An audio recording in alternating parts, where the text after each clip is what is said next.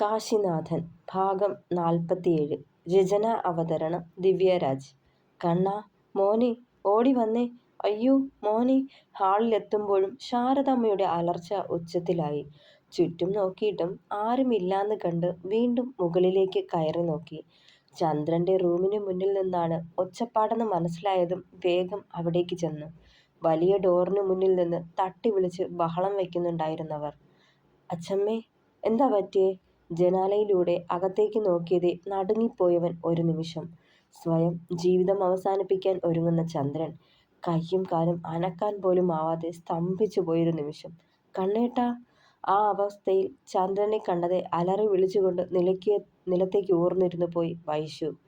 പെട്ടെന്ന് സ്വബോധത്തിലെത്തിയതും കണ്ണുകൾ ചുറ്റും പാഞ്ഞു കാശിയുടെ. അടുത്ത് കിടന്നൊരു തടി കൊണ്ടുള്ള സ്റ്റാൻഡ് കയ്യിലെടുത്ത് വാതിലിന്റെ ലോക്കിൽ ആഞ്ഞടിക്കാൻ തുടങ്ങി.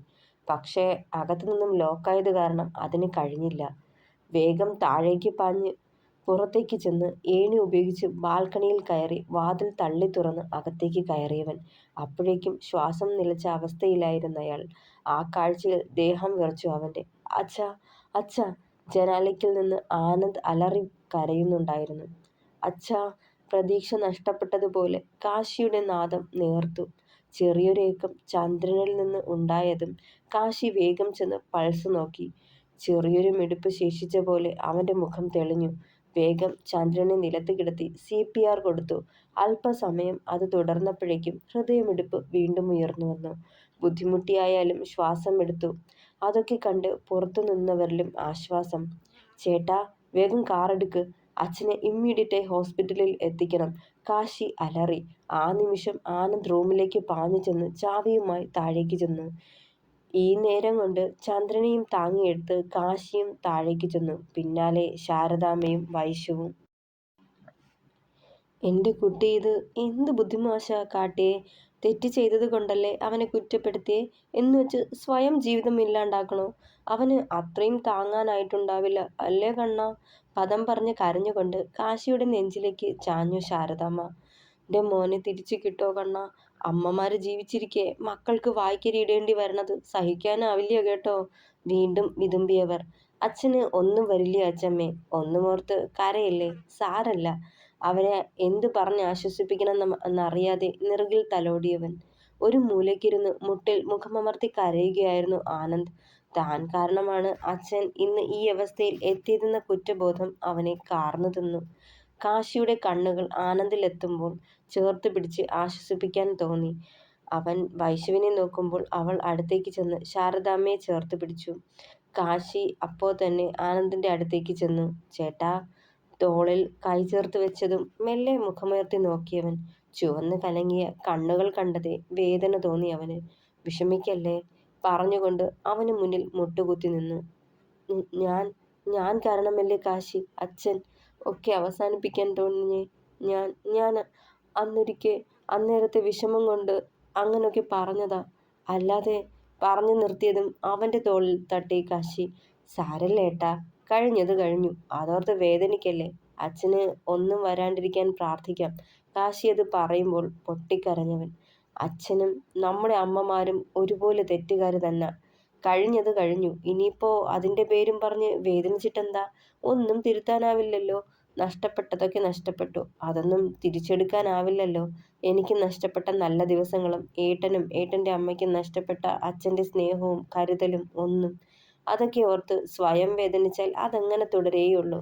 ആര് വിചാരിച്ചാലും തിരുത്തി എഴുതാൻ പറ്റില്ല, നെടുവീർപ്പോടെ പറഞ്ഞവൻ. ഐസിയുവിന്റെ ഡോർ തുറക്കുന്നത് കണ്ടതേ രണ്ടാളും അവിടേക്ക് നോക്കി. കണ്ണുകൾ അമർത്തി തുടച്ചുകൊണ്ട് ആനന്ദ് ചാടിപ്പിടിച്ചെഴുന്നേറ്റു. കയ്യിൽ ഒരു പ്രിസ്ക്രിപ്ഷനുമായി വന്ന നേഴ്സിനരികിലേക്ക് ചെന്നു വൈശു. പിന്നാലെ കാശിയും. ഈ മെഡിസിനൊക്കെ വേഗം എത്തിക്കണോട്ടോ. പിന്നെ കുറച്ച് ചൂടുവെള്ളം ഫ്ലാസ്കിലാക്കി എത്തിച്ചേക്കണം. വൈശു ആ പ്രിസ്ക്രിപ്ഷൻ വാങ്ങി തലയാട്ടി. അച്ഛന്? കാശിയായിരുന്നു ചോദിച്ചത്. ഇപ്പോൾ ഓക്കെയാണ്.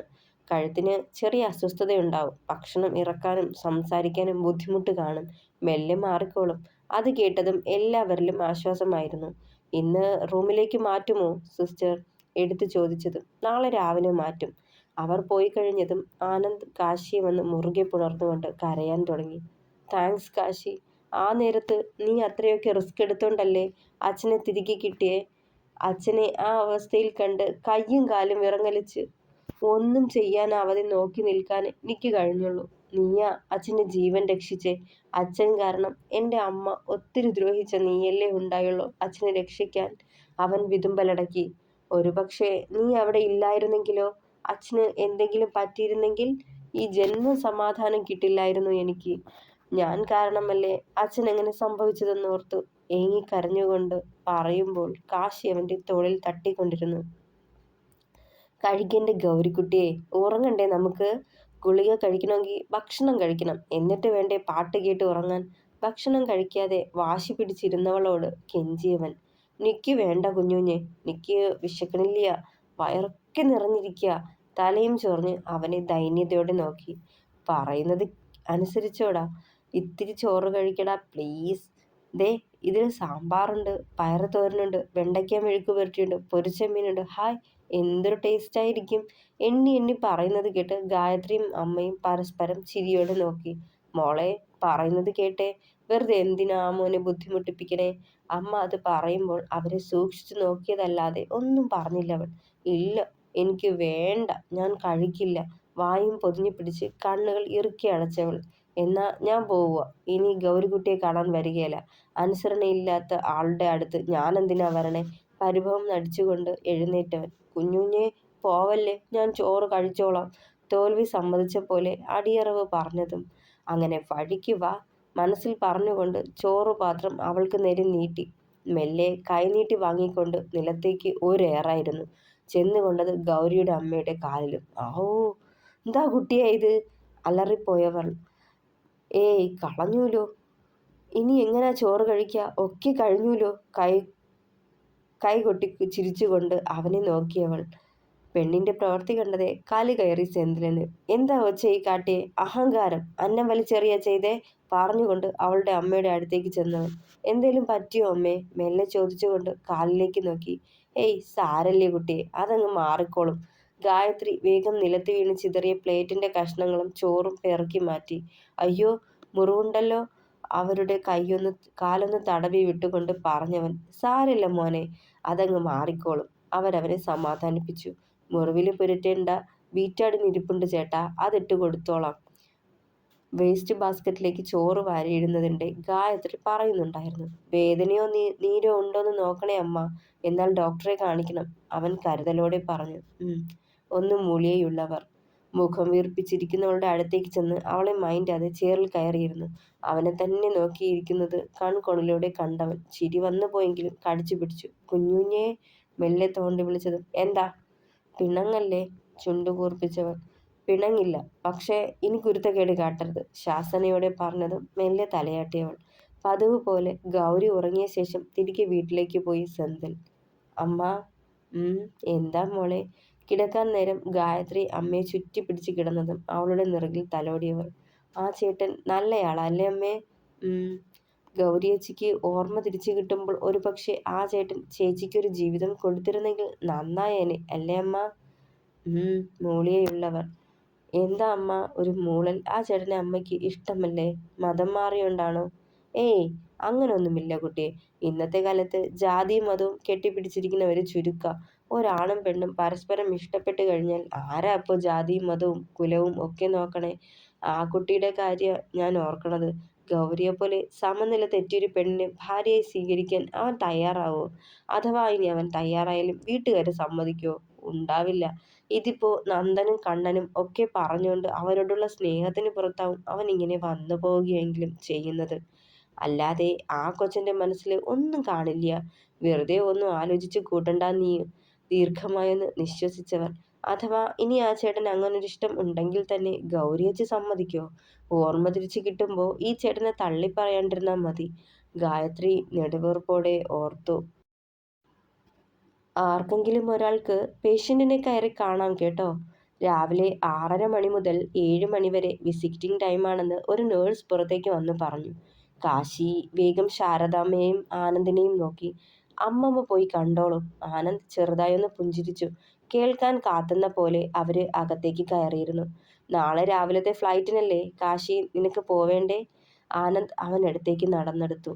ഉം മെല്ലെ മൂളിയവൻ നെടുവീർപ്പോടെ. ഇവിടെ ഇനിയിപ്പോ ഞാനും അച്ഛമ്മയും ഉണ്ടല്ലോ. നീ അവളെയും കൂട്ടി വീട്ടിലേക്ക് പൊയ്ക്കോ. യാത്രയ്ക്ക് വേണ്ട പ്രിപ്പറേഷൻസ് ചെയ്യേണ്ടതല്ലേ. പോണമേട്ടാ, കുറച്ചുകൂടെ കഴിയട്ടെ, മെല്ലെ പറഞ്ഞവൻ. അകത്തേക്ക് പോയ ശാരദാമ്മ അപ്പോഴേക്കും തിരികെ എത്തിയിരുന്നു. പോയ ആള് വേഗം വന്നത് കണ്ടതും രണ്ടാളും അമ്പരന്ന് നോക്കി. കണ്ണാ, അച്ഛന് നിന്നെ കാണണമെന്ന് പറയാ. കണ്ണുകൾ തുടച്ച് പറയുമ്പോഴും അവരുടെ ശബ്ദം ഇടറി. ഒരു നിമിഷം പകപ്പോടെ വൈശുവിനെ നോക്കിയവൻ ഇന്നേവരെ ആ മനുഷ്യന്റെ മുഖത്ത് നേരെ നോക്കി നിന്ന് ഒരു വാക്ക് സംസാരിച്ചിട്ട് കൂടിയില്ല. വെറുപ്പും ദേഷ്യവും ഒന്നുമില്ല. അച്ഛനെന്ന ബന്ധത്തിന്റെ അടുപ്പം തോന്നാറില്ല. ഏതോ ഒരു അപരിചിതനോടെന്ന പോലെയാ നിശ്വസിച്ചവൻ. കണ്ണേട്ടാ, അച്ഛനോടുള്ള പിണക്കം ബാക്കി വെക്കണ്ടാട്ടോ. സംസാരിക്കണം. നാളെ മുതൽ നല്ലൊരു ലക്ഷ്യത്തിലേക്കുള്ള യാത്രയ്ക്ക് ഒരുങ്ങുകയല്ലേ. അവിടെ കണ്ണേട്ടന്റെ അച്ഛയുടെ അനുഗ്രഹം വേണം. എത്രയൊക്കെ അവഗണിച്ചെന്ന് പറഞ്ഞാലും ആള് കാരണ കണ്ണേട്ടന് ഈ ജന്മം ഉണ്ടായേ. പിന്നെ എല്ലാരെയും പോലെ കണ്ണേട്ടന്റെ നന്മ ആഗ്രഹിക്കുന്നുണ്ട് ആ മനുഷ്യൻ. ഈ അവസ്ഥയിൽ ഇനിയും വേദനിപ്പിക്കരുത്. വൈശു അവന്റെ കൈകൾ പിടിച്ചെടുത്തു. ഒന്ന് മൂളിക്കൊണ്ട് മെല്ലെ അകത്തേക്ക് കയറിയവൻ. അവനെ കാത്തുന്ന പോലെ ഡോറിലേക്ക് നോട്ടം പായിച്ച് കിടപ്പായിരുന്നു ചന്ദ്രൻ. കാശി വരുമെന്ന് പ്രതീക്ഷിച്ചില്ലായിരുന്നു. അവനെ കണ്ടതേ മുഖത്ത് ആ അമ്പരപ്പ് തെളിഞ്ഞു. കണ്ണാ, വാ, ഇവിടെ ഇരിക്കി. നേർത്ത ശബ്ദം പലപ്പോഴും മുറിഞ്ഞ് അവ്യക്തമായി. സംസാരിക്കാൻ ബുദ്ധിമുട്ടുണ്ടെന്ന് കാശിക്ക് മനസ്സിലായി. അയാൾ തൻ്റെ ബെഡിലേക്ക് ഇരിക്കാനായി അവനോട് കൈകൊണ്ട് തൊട്ടരികിൽ തട്ടിക്കാണിച്ചു. ഇനിയും അകന്നു നിൽക്കാൻ തോന്നിയില്ല. അയാൾക്കരികിലേക്ക് ചെന്നിരുന്നു. മോൻ, ക്ഷമിക്കണം, അച്ഛന് തെറ്റുപറ്റി. വളരെ ആയാസപ്പെട്ട് പറയാനൊരുങ്ങിയതും അയാളെ തടഞ്ഞവൻ. അധികം സ്ട്രെയിൻ ചെയ്ത് സംസാരിക്കേണ്ട അച്ഛാ. എനിക്ക് അച്ഛനോട് വെറുപ്പോ ദേഷ്യമോ ഒന്നുമില്ല. ഉണ്ടായിരുന്നു. എന്നെ ഒന്ന് ചേർത്ത് പിടിക്കേണ്ട നേരങ്ങളിൽ പോലും എന്നെ മനസ്സിലാക്കാതെ ആ സ്ത്രീയുടെ വാക്ക് കേട്ടതിന്. സാരമില്ല, ഒക്കെ കഴിഞ്ഞതല്ലേ. അന്ന് ഞാൻ അത്രയും അനുഭവിച്ചതിനൊക്കെ വേണ്ടി ഇന്ന് ഞാൻ ഒത്തിരി സന്തോഷിക്കുന്നുണ്ട്. നഷ്ടപ്പെട്ടതൊക്കെ ഓരോന്നായി നേടിയെടുത്തുകൊണ്ട്. മെല്ലെ ഒന്ന് പുഞ്ചിരിക്കുമ്പോൾ അയാളിലും സന്തോഷമായിരുന്നു. അച്ഛനോടുള്ള സ്നേഹം എന്നും എൻ്റെ മനസ്സിലുണ്ടാവും. എത്ര അകലെയാണെങ്കിലും ഒരാവശ്യം വരുമ്പോൾ ഞാൻ ഓടിയെത്തിക്കോളാം. പുറമേ അച്ഛനോട് സ്നേഹം പ്രകടിപ്പിക്കാനോ അടുത്ത് ഇടപഴകാനോ എനിക്ക് കഴിയുന്നില്ല. അത് എന്താന്ന് എനിക്കറിയില്ല. കുഞ്ഞുനാള് മുതലേ അച്ഛൻ എനിക്ക് വീട്ടിലേക്ക് വന്നു കയറുന്ന ഒരു അപരിചിതനായ അതിഥിയെപ്പോലായിരുന്നില്ലേ. അതുകൊണ്ടാവും. ഈ അച്ഛൻ്റെ സ്നേഹവും കരുതലും ഒത്തിരി കൊതിച്ചിട്ടുള്ളപ്പോഴൊക്കെ കിട്ടാതെ വന്നപ്പോൾ ഞാൻ തന്നെ എൻ്റെ മനസ്സിനെ പറഞ്ഞു പഠിപ്പിച്ചു അച്ഛൻ എനിക്ക് അന്യനാണെന്ന്. അതാവും അച്ഛൻ ചേർത്ത് പിടിക്കാൻ ശ്രമിച്ചിട്ടും അടുക്കാനാവാതെ മനസ്സുകൊണ്ട് ഞാൻ അകലുന്നത്. പറയവേ വിതുമ്പിയവൻ. മോനെ. അയാൾ അവൻ്റെ കയ്യിൽ കൈചേർത്ത് വെച്ചു. നാളെ ഒരിക്കലും എൻ്റെ തിരക്കുകളുടെ പേരും പറഞ്ഞ് അച്ഛന് കിട്ടേണ്ട സ്നേഹവും കരുതലും ഞാൻ നിഷേധിക്കില്ല. എനിക്കതിന് കഴിയില്ല. കാരണം തിരക്കുകളുടെ പേരും പറഞ്ഞ് അച്ഛൻ എനിക്ക് നിഷേധിച്ചതൊക്കെ എത്രമാത്രം വിലപ്പെട്ടതാന്ന് എനിക്കറിയാം. പറയവേ കുഞ്ഞുനാളിൽ ഒറ്റപ്പെട്ടു പോയപ്പോഴുണ്ടായ ആ നൊമ്പരം മനസ്സിലേക്ക് ഇടിച്ചു കയറി വന്നവൻ്റെ. അച്ഛന് വേണ്ട സമയത്ത് ഞാൻ കൂടെയുണ്ടാവും, താങ്ങും തണലുമായി. വലിയ വാഗ്ദാനങ്ങളൊന്നും തരുന്നില്ല, ഒരിക്കലും തനിച്ചാക്കില്ല, അത്രമാത്രം. ചുറ്റിലും എല്ലാവരും ഉണ്ടായിരുന്നിട്ടും ഒറ്റപ്പെട്ടു പോണത് എത്ര ക്രൂരമാണെന്ന് എനിക്ക് നന്നായി അറിയാം. അവൻ ഓരോന്നും പറയുമ്പോഴും കുറ്റബോധം കൊണ്ട് തളർന്നുപോയി ചന്ദ്രൻ. ഇത്രനാളും തന്നോട് പറയാതെ അവൻ ഉള്ളിലൊളിപ്പിച്ച അവൻ്റെ നോവുകളാണിതൊക്കെ എന്ന അറിവിൽ ഹൃദയം നൊന്തു അയാളുടെ. കണ്ണുകൾ നിറഞ്ഞൊഴുകി. നാളെ രാവിലെ ഞാൻ തിരികെ പോവാ. അച്ഛൻ്റെ അനുഗ്രഹം ഉണ്ടാവണം. ഇടർച്ചയോടെ പറയുമ്പോൾ അതേ എന്ന് പറയുന്നതിനൊപ്പം ഇരുകൈയും ഉയർത്തി അവൻ്റെ ശിരസിൽ വച്ച് അനുഗ്രഹിച്ചു നിറഞ്ഞ മനസ്സോടെ. ശാരദാമ്മയ്ക്കും ആനന്ദിനുമുള്ള ബ്രേക്ക്ഫാസ്റ്റ് വാങ്ങിക്കൊടുത്ത ശേഷം കാശി വൈശുവിനെയും കൂട്ടി വീട്ടിലേക്ക് തിരിച്ചു. റൂമിലേക്ക് ചെന്ന് കയറിയതേ അവൻ്റെ നെഞ്ചിലേക്ക് ചാഞ്ഞവൾ. ചോദ്യഭാവത്തിലൊന്ന് നോക്കിയവൻ. താങ്ക്സ്. കുറുമ്പോടെ അവൻ്റെ ഷർട്ടിൽ മുറുകെ പിടിച്ചവൾ. എന്തിന്? ചോദ്യഭാവത്തോടെ തിരക്കിയതും അച്ഛനോടുള്ള പരിഭവമൊക്കെ മാറ്റിയതിന്, സംസാരിച്ചതിന് ഒക്കെ ആ നെഞ്ചിലേക്ക് മുഖമമർത്തിയവൾ. ഇനിയും ഞാൻ വാശി പിടിച്ചിരിക്കണ്ടെന്ന് തോന്നിയ വേശു. എന്നെ ഓർത്തുള്ള അച്ഛൻ്റെ ആദ്യം ഒന്ന് അകലട്ടെ എന്ന് കരുതി. അതുമല്ല, നീ മുൻപ് പറഞ്ഞതുപോലെ മനുഷ്യൻ്റെ കാര്യമല്ലേ, ആർക്കും എന്താ എപ്പോഴാന്നറിയില്ലല്ലോ. അന്നേരം ഒരു കുറ്റബോധം വരണ്ടാന്ന് തോന്നി ദീർഘമായെന്ന് നിശ്വസിച്ചവൻ. അല്ലേലും എൻ്റെ കണ്ണേട്ടൻ നല്ല കുട്ടിയല്ലേ, ഒത്തിരി ഒത്തിരി നല്ല കുട്ടി. കുറുമ്പോടെ അവൻ്റെ കവളിൽ കൈ ചേർത്തതും. ഞാൻ അത്രയ്ക്ക് നല്ലതൊന്നുമല്ല, കുറച്ച് ചീത്തയുമാ.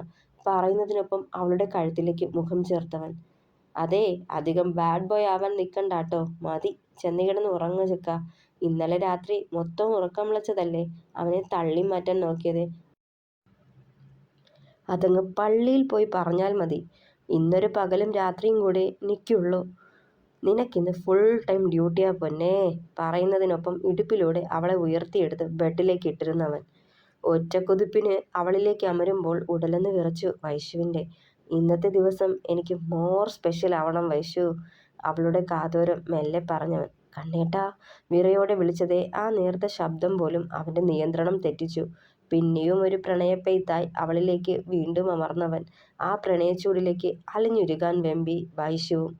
തുടരും. കഥ ഇഷ്ടമായെങ്കിൽ അഭിപ്രായങ്ങൾ പറയണേ.